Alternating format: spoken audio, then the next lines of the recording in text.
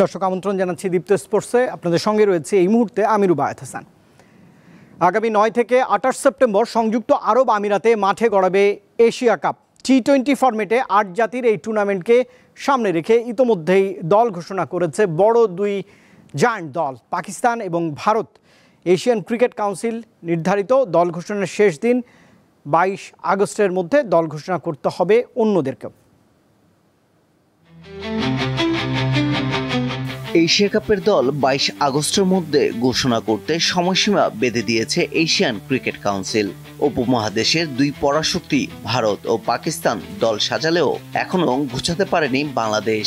BCB দল নির্বাচন নিয়েই সিলেটে কোচ ফিল সিমন্সের সঙ্গে আলোচনায় বসার কথা প্রধান নির্বাচক গাজী আশরাফ হোসেনের। বাংলাদেশ ন্যাশনাল ক্রিকেট টিমের এশিয়া কাপ ও নেদারল্যান্ড সিরিজ সামনে রেখে 6 আগস্ট থেকে অনুশীলন শুরু হয় বাংলাদেশ জাতীয় দলের। ঢাকা পর্বের অনুশীলন শেষে সিলেটে দ্বিতীয় ধাপের ক্যাম্প শুরু করে ক্রিকেটাররা।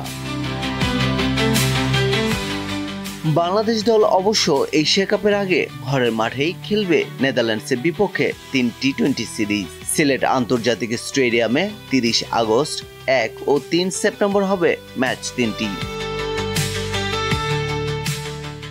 নির্বাচকেরা অবশ্য এখনো নেদারল্যান্ড সিরিজের দলই ঘোষণা করেননি। এশিয়া কাপের প্রস্তুতির জন্য 25 সদস্যের যে প্রাথমিক দল দেয়া হয়েছে সেখান থেকেই হওয়ার কথা নেদারল্যান্ডসের বিপক্ষে 3 টি-20 সিরিজের দল।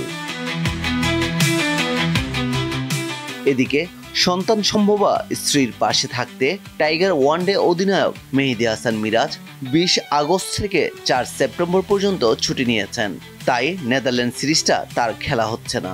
সব ঠিকঠাক থাকলে এশিয়া কাপে পাওয়া যাবে তাকে। পারভেজ খোকন, দীপ্ত স্পোর্টস। জাসপ্রীত বুমরাকে নিজ হাতে সই করা এসি মিলানের জার্সি পাঠিয়েছেন সুইডিশ কিংবদন্তি ফুটবলার জলাতান ইব্রাহিমোভিচ।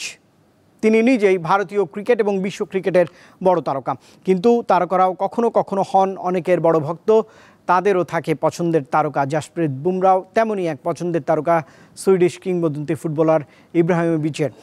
আর সেই তারকার কাছ থেকে উপহার পেয়ে বুমরা এখন খুশিতে আটখানা। বুমরাকে পাঠিয়েছেন নিজ হাতে সই করা এসি মিলানের জার্সি, সঙ্গে ব্যক্তিগত বার্তাও। ইনস্টাগ্রামে সেই উপহারের ছবি দিয়ে নিজের উচ্ছ্বাস প্রকাশ করেছেন ভারতীয় এই পেসার।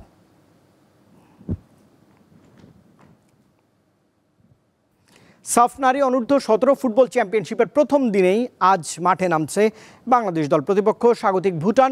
সন্ধ্যা 6টায় মাঠে গড়াবে এই ম্যাচটি। বয়সভিত্তিক সাফ ফুটবলের যে কোনো ক্যাটাগরিতে বাংলাদেশের মেয়েদের আধিপত্য স্পষ্ট। লাওসে অনূর্ধ্ব 20 এশিয়ান কাপের মূল পর্ব নিশ্চিত করে এবার অনূর্ধ্ব 17 সাফ চ্যাম্পিয়নশিপে লাল সবুজের মেয়েরা 23 সদস্যের স্কোয়াডে আছেন সাফ অনূর্ধ্ব 16 চ্যাম্পিয়ন দলের 15 ফুটবলার। টুর্নামেন্টে বাংলাদেশের প্রতিপক্ষ ভারত, ভুটান এবং নেপাল।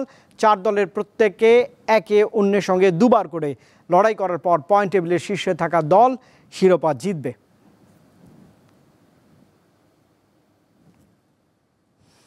এদিকে বাংলাদেশের নারী ফুটবল দলের অধিনায়ক আফিদা খন্দকারের প্রশংসা করেছে ব্রিটিশ গণমাধ্যম দ্য গার্ডিয়ান। বাংলাদেশ নারী ফুটবল দল লিখেছে, এক নতুন ইতিহাস। প্রথমবারের মতো নারীদের এশিয়ান কাপের মূল পর্বে খেলতে যাচ্ছে লাল সবুজের কন্যারা। বাছাই পর্বে শতভাগ জয় আর দারুণ পারফরমেন্সের সুবাদে ফিফার সর্বশেষ র্যাঙ্কিংয়ে বাংলাদেশ নারী দল এগিয়েছে 1 লাফে 24 ধাপ।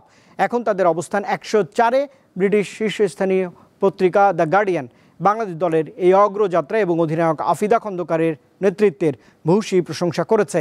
বাংলাদেশ নারী ফুটবলের এই সাফল্য তাই কেবল একটি অর্জন নয়, বরং নতুন প্রজন্মের মেয়েদের জন্য সাহস, আশা ও অনুপ্রেরণার প্রতীক। দর্শক, এই ছিল আজকের মতো দীপ্ত স্পোর্টস। এতক্ষণ সঙ্গে থাকবার জন্য ধন্যবাদ সবাইকে। আরও তথ্য বিনোদনের জন্য আপনি যুক্ত থাকতে পারেন দীপ্ত টেলিভিশনের ডিজিটাল প্ল্যাটফর্মগুলিতে।